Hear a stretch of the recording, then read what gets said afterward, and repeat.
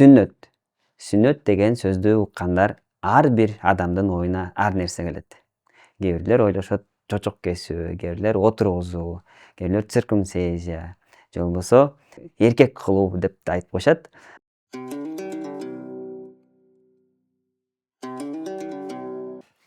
Саламатсыздарбы урматтуу көрүүчүлөр, биздин достор, угармандар. Биринчи байлык ден соолук подкастына кош келиңиздер.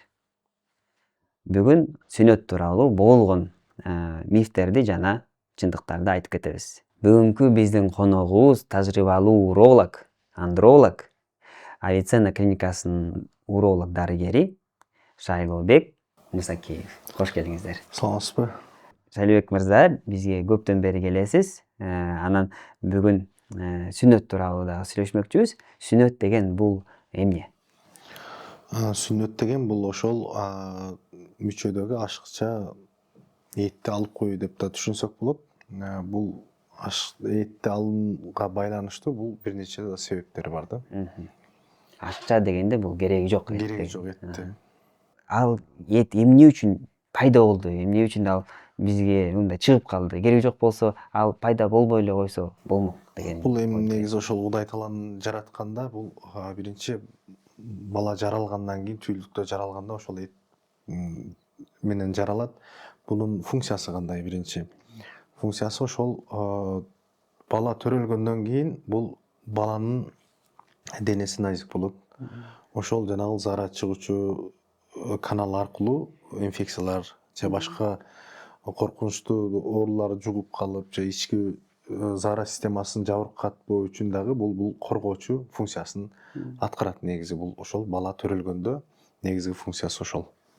Демек, башында жаралганда ал керек экен, бирок убакыт өткөндөн кийин ал кереги уже жок болуп, аны алганга мажбур болуп кеткен. Бунун дагы причинасы бар да. Эми бул менен деле жүрө берсек болот го деп ойлошот. Ошол сүннөт жасатпай эле ошол бойдон жүрсөк да болот го деген да ой болуп калат да.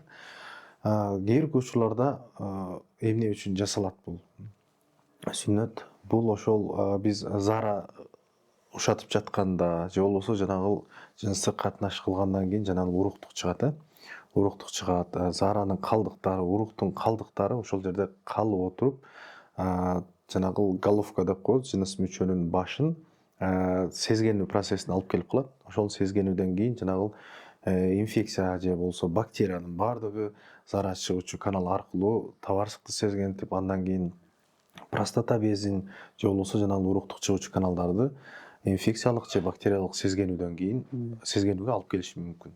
Аякта кошумча бир баштыкча пайда болуп калат экен, ошол жерде бир инфекция толуп чоңоюп атып, андан кийин өйдө ылдый болгон сайын ичине уже кирип, простатит же болбосо ичине дагы инфекцияларды алып келиши ыктымал экен. Ошондуктан аны ошо баштыкча пайда болбош үчүн кошумча көлөмдү кесип алып салуу.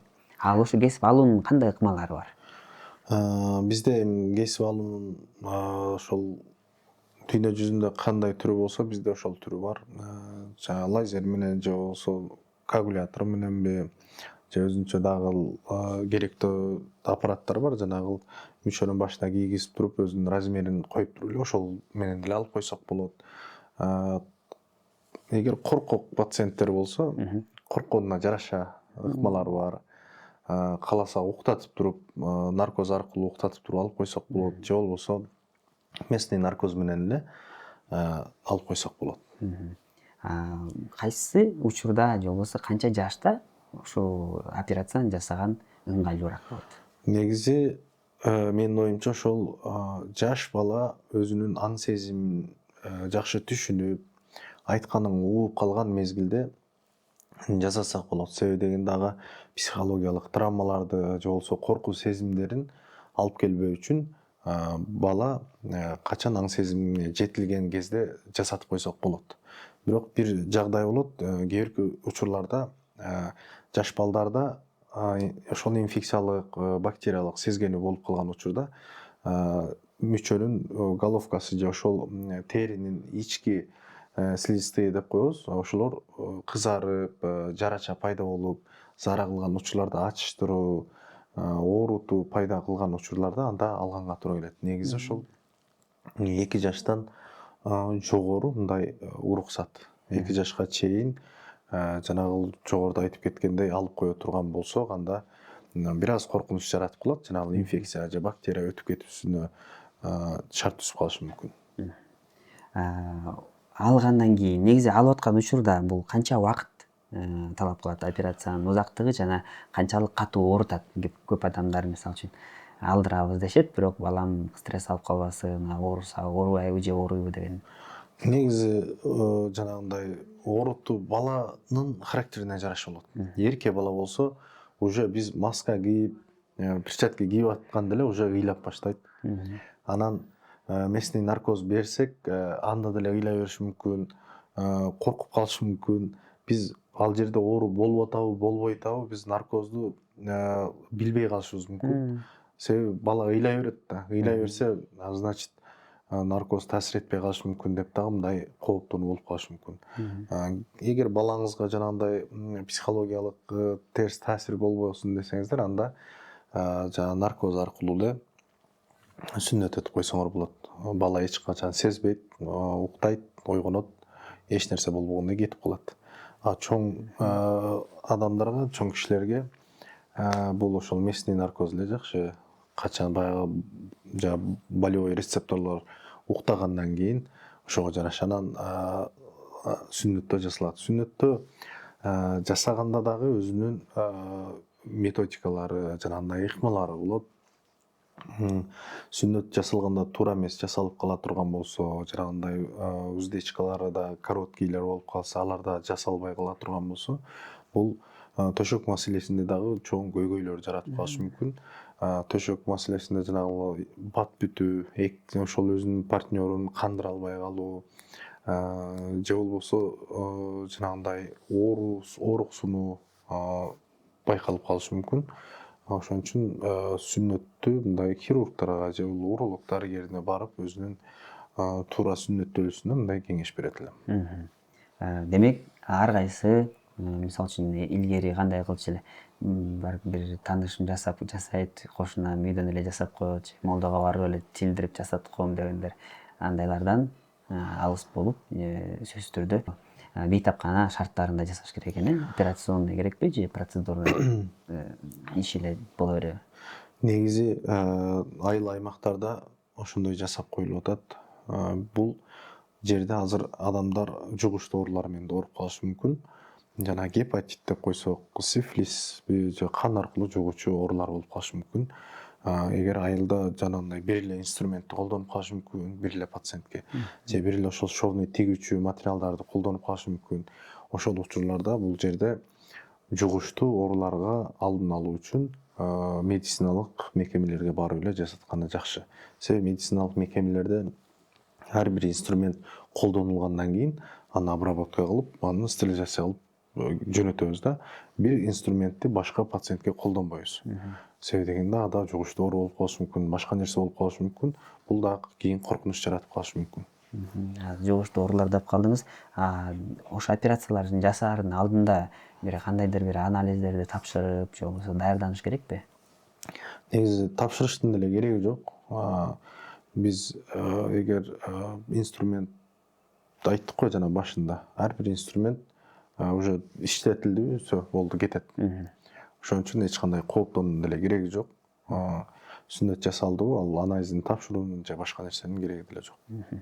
Канча убакыттан кийин сүннөт жасалгандан кийин өзүн жакшы сезе баштайт, ары бери баса баштайт, чуркай баштайт, спортко катыша баштайт? Негизи сүннөт жасалгандан кийин эле сразу кандай келсе ошондой эле басып түшүп кетет. Азыр ыкмалар жанагындай оорутуу же коркунучтуу жагдайлар болбойт. Жасалгандан кийин эле как положено эле басып жүрөт.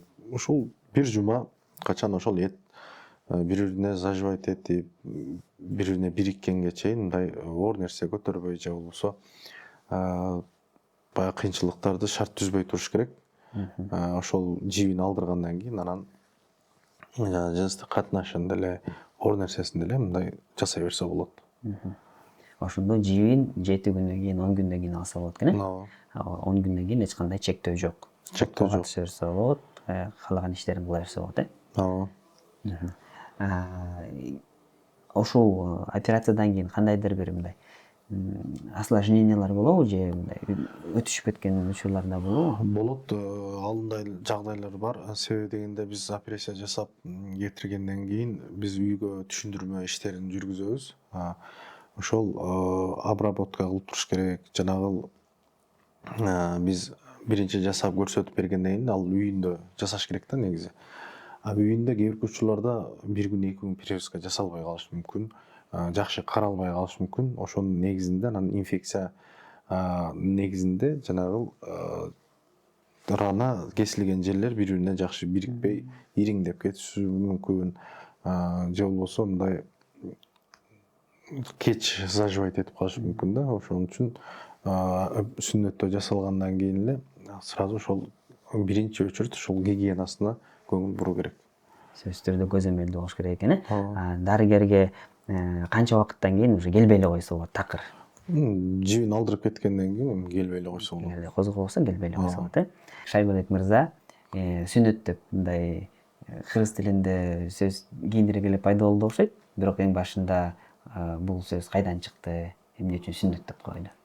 Биз өзү мусулман эл болгондуктан бул негизи сүннөттүн тарыхы ошол пайгамбарыбыздан келген да. Негизи Ибрахим пайгамбар 63 жашында өзүн сүннөттөткөн да. Что жанагындай элге сүннөттүн пайдасы ошол гигиеналык жактан же болбосо ошол мусулман болуу үчүн дагы ошол сүннөт керек экенин мындай көрсөтүп кеткен да. Ошон үчүн биздин Кыргызстанда сүннөттө 99%ке, 90% десек деле болот. Ошол сүннөт жасаттырып баласы үчүн ошондой кам көргөнүн себеби ошол диний жактан мындай көз караш боюнча дагы бар. Анан медициналык жактан караганда ошол медициналык жактан тазалык. Ошол тазалык. Эмне үчүн сүннөт жасалбай калса, мындай мен сизге бир окуя айтып берейин. Жапон илимпоздору 100 эркек, 200 эркекке эме жасашкан, эксперимент жасашкан. 100-ün сүннөт жасаган эмес, 100-ün сүннөт жасаткан.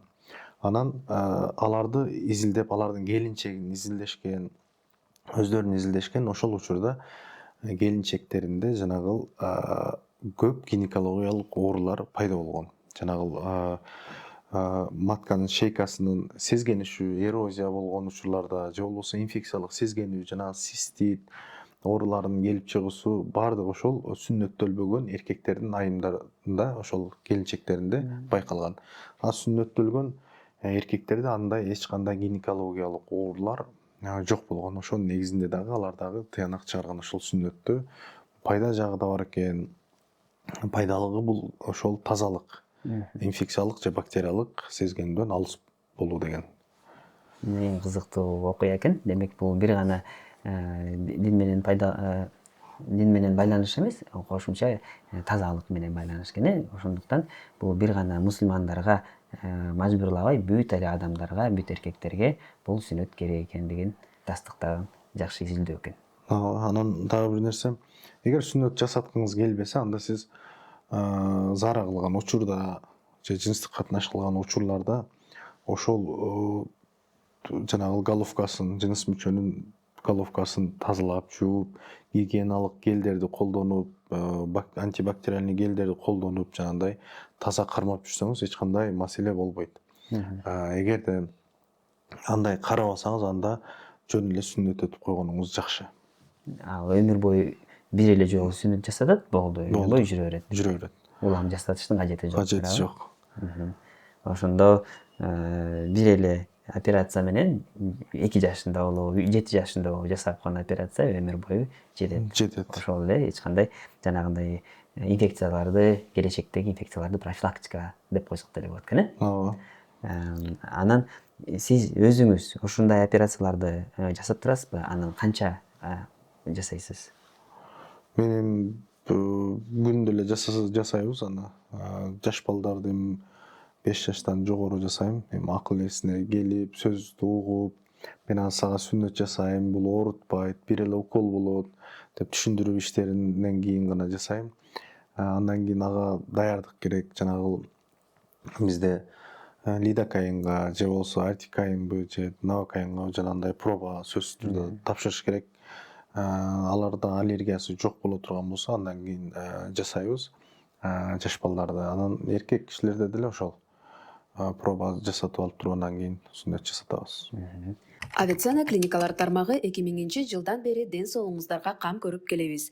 Биз бардык медициналык тармактарды алдын алуудан баштап заманбап хирургия чейин бир жерге топтодук. Бишкектин 5 филиалында сизди заманбап жабдыктар күтөт. Компьютердик томография, рентген, гастроскопия, колоноскопия, УЗИ жана ЭКГ. 100дөн ашык жогорку квалификациялуу дарыгерлер сиздин ден соолугуңузга кам көрүүгө даяр.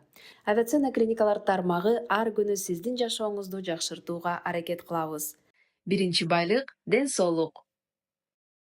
Шайлыбек мырза, чоң рахмат. Мен ойлойм ушул теманы толугу менен ачтык деп. Эгерде ачылбай калган бир суроолор бар болсо, анда ылдый жагына комментарийге сөзсүз түрдө жазып кетсеңиздер болот. Эгерде сиздин балдарыңыз бар болсо, же өзүңүз ушу сүннөт операциясын жасайм дей турган болсоңуз, анда сөзсүз түрдө биздин дарыгерге кайрылсаңыз болот. Авиценна клиникасында алдына белгилеп кетебиз, баракчасын да белгилеп кетебиз. Ошондуктан кайрылыңыз.